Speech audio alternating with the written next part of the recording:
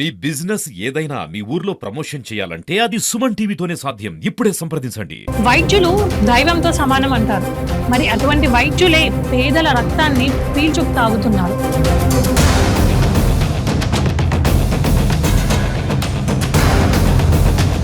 General వార్డుకి ఐసీయూకి అసలు తేడానే ఉండదు. పైగా ఐసీయూలో ఉన్నారంటూ అధికంగా ఫీజులు లాగుతారు.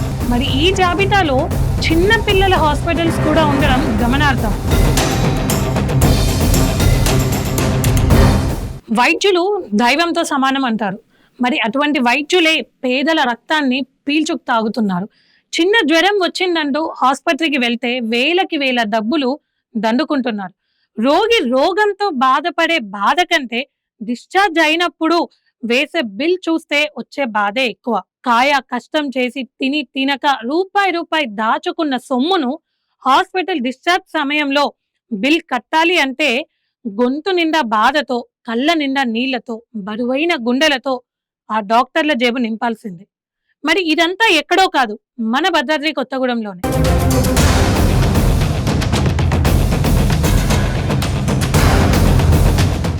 ఇది కేవలం భద్రాద్రి కొత్తగూడెం పరిస్థితి మాత్రమే కాదు. ప్రతి ఒక్క జిల్లాలో, ప్రతి ఒక్క ప్రైవేట్ ఆసుపత్రిలో ప్రతి సామాన్యుడు ఎదుర్కొంటున్న పరిస్థితి ఇది. ఎటువంటి మానవత్వం లేకుండా మేమంత డబ్బు ఇచ్చుకోలేము సార్ అని కాళ్ళ వేళ్ళ పడి బతిమలాడిన చెలించని మనసుతో పేదవాన్ని ప్రాణాన్ని మరియు వారి భయాన్ని అడ్డు పెట్టుకొని డబ్బులు వసూలు చేస్తూ ప్రభుత్వ డాక్టర్లుగా పనిచేస్తూనే బయట ప్రైవేట్ క్లినిక్స్ పెట్టుకున్న డాక్టర్లు కొందరైతే, గవర్నమెంట్ తో సంబంధం లేకుండా బయట ప్రైవేట్ క్లినిక్స్ నడిపిస్తున్న డాక్టర్లు మరికొందరు. మరి వీరిలో రోజు రోజుకి ఎటువంటి దయా జాలి అనేటివి లేకుండా మానవత్వాన్ని మర్చిపోతున్న డాక్టర్ల కథ ఇది. భద్రాద్రి కొత్తగూడెంలో ఎన్నో మంచి మంచి హాస్పిటల్స్ ఉన్నాయి. ఎంతో గొప్ప గొప్ప డాక్టర్స్ ఉన్నారు. అటు ప్రభుత్వ డాక్టర్లుగా సేవలు అందిస్తూనే ఇటు ప్రైవేట్ క్లినిక్స్ లో, హాస్పిటల్స్ లో కూడా సేవలు అందిస్తూ ఉంటారు. ఇందులో తక్కువకే వైద్యం చేసేవారు కొందరైతే రోగి ఆర్థిక పరిస్థితిని దృష్టిలో పెట్టుకొని ఉచిత వైద్యం చేస్తూ ఎటువంటి డబ్బు ఆశించకుండా వైద్యం చేసేవారు మరికొందరు. వీరితో ఎటువంటి ఇబ్బంది లేదు. మరి ఇప్పుడు నేను చెప్పే వైద్యులు పూర్తిగా పైన చెప్పిన వైద్యులకి విరుద్ధంగా ఉంటారు. హ్యుమానిటీ అనే మాటకి చోటు లేకుండా అవతలి వారు ఎంతటి దయనీయమైన పరిస్థితిలో ఉన్నా కూడా ముక్కు పిండి మరీ వసూలు చేస్తారు ఇక్కడి వైద్యులు, హాస్పిటల్ సిబ్బంది. సాధారణంగా జ్వరం వచ్చిందంటే పేద మధ్యతరగతి కుటుంబాలలో ఆలోచన విధానం ఏ విధంగా ఉంటుందంటే, చిన్న జ్వరమే కదా, ఇప్పుడు పెద్ద ఆసుపత్రికి వెళ్తే ఆ టెస్ట్ ఈ టెస్ట్ అంటారు, అడ్మిట్ అంటారు, అంత ఆర్థిక భారం మనం మోయలేము, పడలేము అనే ఆలోచన విధానంతో చిన్న ఆర్ఎంపీల దగ్గరికి వెళ్తుంటారు. మరి ఇక్కడే మొదలవుతుంది అసలు స్టోరీ.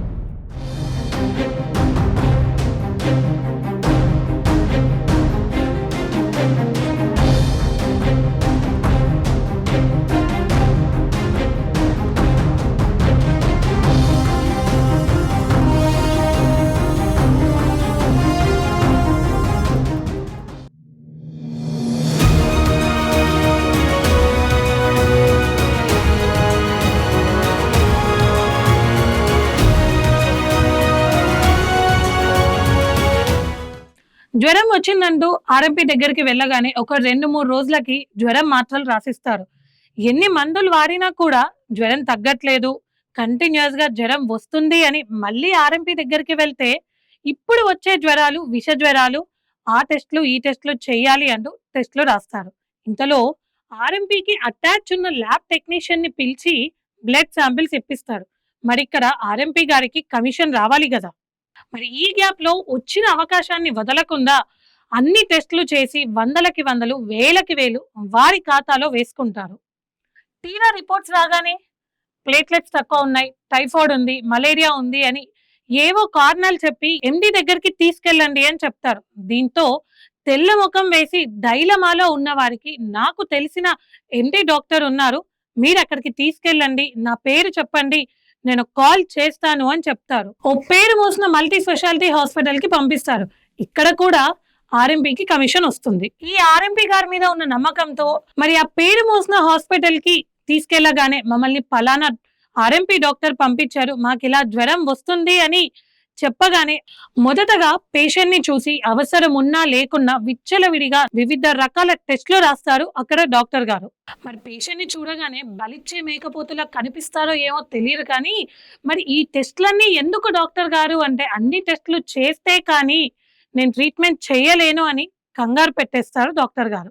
సరే టెస్టులు చేయించుకుందామని నిర్ణయం తీసుకున్నాక డాక్టర్ రూమ్ నుంచి బయటికి రాగానే సిరంజీలు పట్టుకొని టెస్టులు రాసారా అని అడుగుతూ రెడీగా ఉంటారు ల్యాబ్ టెక్నీషియన్. ఇక ఆ టెస్ట్లకి వేసే బిల్లు చూస్తే కళ్ళు బయలు గమ్మాల్సిందే.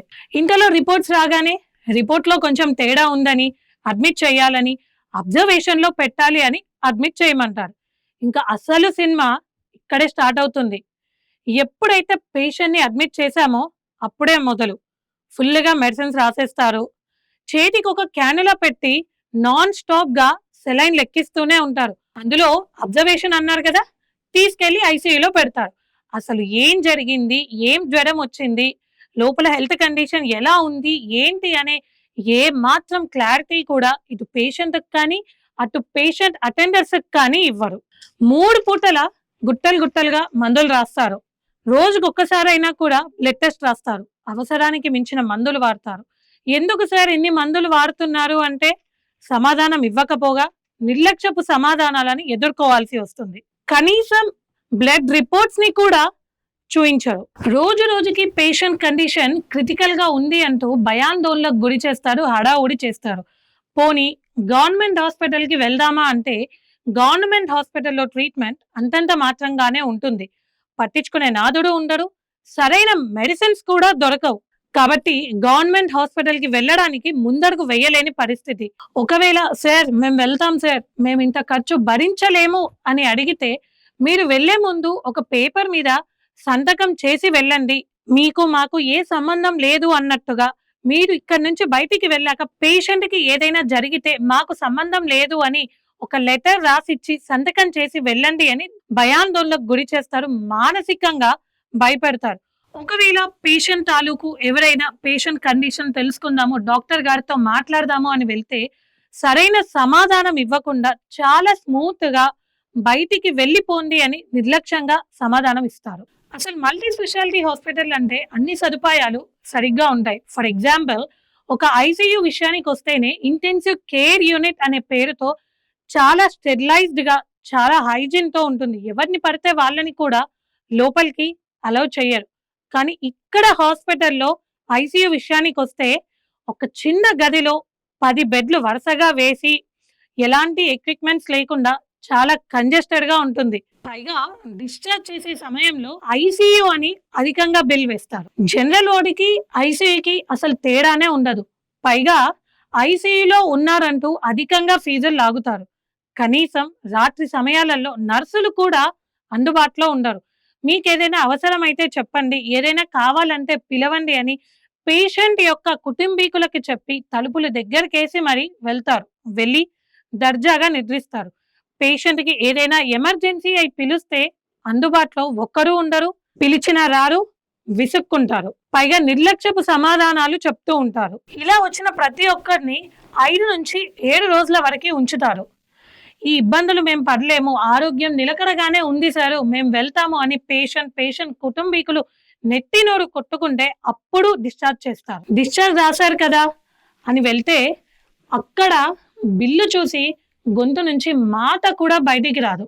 మరి ఇంత బిల్లు వేశారేంటి సార్ అని అడిగితే room rent, ICU rent, nursing charges, doctor charges, maintenance అంటూ ఇలా అన్ని రకాల బిల్లులు చూపిస్తూ ఘాటుగా సమాధానం చెప్తారు అక్కడ సిబ్బంది. ఇంత బిల్లు మేము కట్టుకోలేం సార్, తగ్గియండి సార్, కష్టం చేసుకుని బతికేటోళ్ళం సార్ అంటే బిల్లులో తగ్గించేది ఏమీ ఉండదు అంటూ హాస్పిటల్ బిల్ కట్టే వరకు వదలని పరిస్థితి.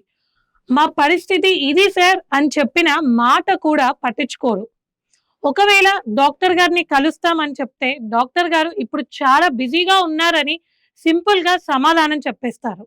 ఇదే హాస్పిటల్లో చాలా మంది డిశ్చార్జ్ అయ్యేటప్పుడు కొంతమంది ఎదురు తిరిగితే మరికొంతమంది గుండెలు బాదుకుంటూ దండాలు పెట్టే పరిస్థితి. అక్కడ డాక్టర్లకు కానీ సిబ్బందికి కానీ ఏ మాత్రము చలనం ఉండదు. బిల్లు మొత్తం కట్టేదాకా ముక్కు పిండి మరీ వసూలు చేస్తారు. ఇలా మల్టీ స్పెషాలిటీ హాస్పిటల్స్ కి వెళ్లే ప్రతి ఒక్కరి పరిస్థితి కూడా ఇదే. రోగం వచ్చిందని హాస్పిటల్ కి వెళ్ళడం ఏమో కానీ వాళ్ళు వేసే బిల్లులు చూస్తే మాత్రం కొత్త రోగాలు వచ్చేలా ఉన్నాయి అంటున్నారు ప్రజలు. పోనీ ధైర్యం చేసి గవర్నమెంట్ హాస్పిటల్ కి వెళ్దామా అంటే అక్కడ ట్రీట్మెంట్ సంగతి దేవుడు ఎరుగు కానీ మినిమం టు మినిమం ఒక్కొక్కసారి మందులు కూడా లభించవంటున్నారు బాధితులు. ఆయింట్మెంట్స్ కానీ డ్రాప్స్ కానీ ఏవి అయినా సరే సూపరింటెండెంట్ కాకపోతే లేవు మేమేం చేయాలన్నాము. మరి తెలియనప్పుడు మరి ఎట్లా రాసిండు? మెడిసిన్స్ ఇవ్వడానికే కదా, నువ్వన్నది దేనికి ఆ రూమ్ లో కూర్చొని పోవడానికి. హనుమాన్ బస్తీ 2 నెంబర్ బస్సులో కూడా మన డేట్ అయిపోయిన టాబ్లెట్స్ ఇచ్చింది. ఆమె కోమలకు పోయింది.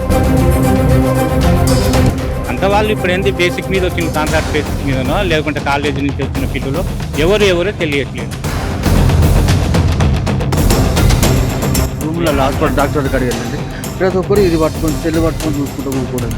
ఇటు మాట్లాడటానికి ఇటు సెల్లు చూస్తాను. పేషెంట్కి ఏమైండేది కూడా వాళ్ళకి చెప్తే చెవున పడతారు, వినట్లేదు.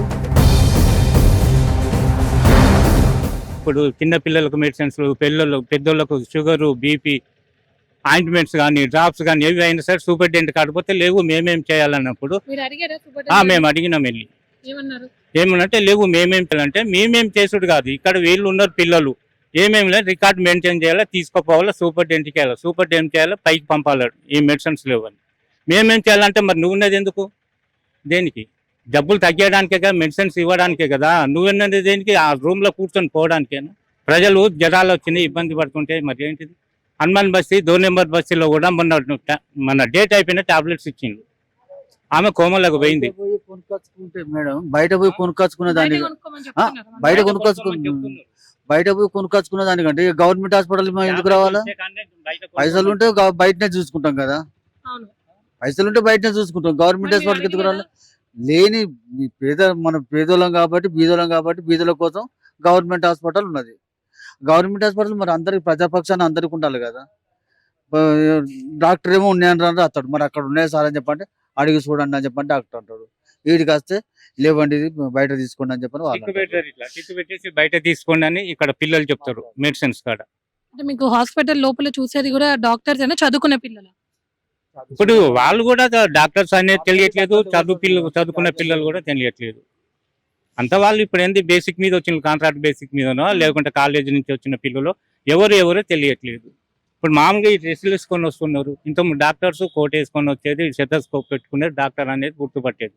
ఇప్పుడు బయట అని తెలియట్లేదు, డాక్టర్ అని తెలియట్లేదు. అట్లున్నది ఈ హాస్పిటల్ మొత్తం. రూమ్లో హాస్పిటల్ డాక్టర్ దగ్గరికి వెళ్ళండి, ప్రతి ఒక్కరు ఇది పట్టుకొని సెల్లు పట్టుకొని చూసుకుంటూ కూడదని. ఇటు మాట్లాడటానికి ఇటు సెల్లు చూస్తాను. పేషెంట్కి ఏమైండేది కూడా వాళ్ళకి చెప్తే చెవున పడతలేదు, వినట్లేదు. అలా 10 మంది ఉంటున్నారు.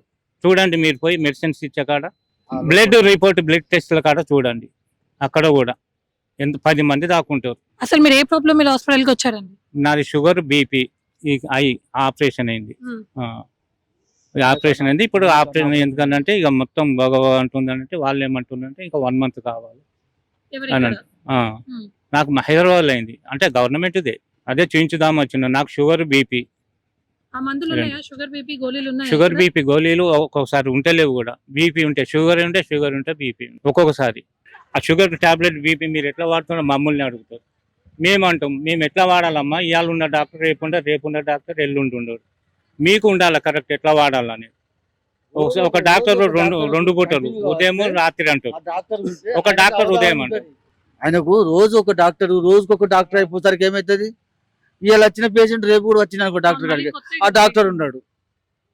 ఈ టాబ్లెట్ ఉదయం బీపీ టాబ్లెట్ వాడంటాడు ఈ డాక్టర్, మళ్ళీ మరుసటి రోజు వచ్చి 2 పూటలు రాస్తాడు. ఉదయం ఒకటి వేసుకో, సాయంత్రం ఒకటి వేసుకొని ఇంకో డాక్టర్ చెప్తాడు. అవి అట్లా ఉన్నది పరిస్థితి. దీనికి అట్లే ఉన్నది. ఇప్పుడు ల్యాబ్ టెస్ట్లు ఎట్లా జరుగుతున్నాయి? ల్యాబ్ టెస్ట్ మాత్రం కరెక్ట్ లేవు అంటే టైం కి రిపోర్ట్స్ ఇవ్వట్లేదా? రిపోర్ట్స్ ఇవ్వట్లేదు. దాంట్లో 10 మంది ఉంటారు. నాకు తీస్తే ఇగో నరా మొత్తం ఇగో ఉబ్బింది. ఆ పిల్లలు తీసి ఏంటంటే 2 నెలలు తగ్గలేదు. ఇప్పుడు అట్లాగే ఉంది, మొత్తం గట్టిగా అయిపోయింది. ఆ హెడ్ నర్స్ కు చెప్తే ఎవరు అనంటే అబ్బాయిని కూడా చూపించిన, ఆమె ఏమనలేకపోయింది. అవి అట్లున్నది హాస్పిటల్ పరిస్థితి. అన్ని రకాల టెస్ట్లు ఉన్నాయా ఇక్కడ? అన్ని రకాలంటే ఉన్నాయి. ఇప్పుడు నాకు 2D తీయమనంటే ఇక్కడ 2D ఉన్నది, తీసేవాళ్ళు లేరని నాకు ఖమ్మం రాసింది. ఖమ్మం గవర్నమెంట్ హాస్పిటల్ రాసింది. ఇది గవర్నమెంట్ హాస్పిటలే కదా. ఇప్పుడు నాకు అంత ఉండేది ఉంటే నేను బయటనే చేయించుకుంది కదా, డబ్బు ఉండేది ఉంటే. డబ్బు లేకనే కదా ఇక్కడికి వచ్చేది.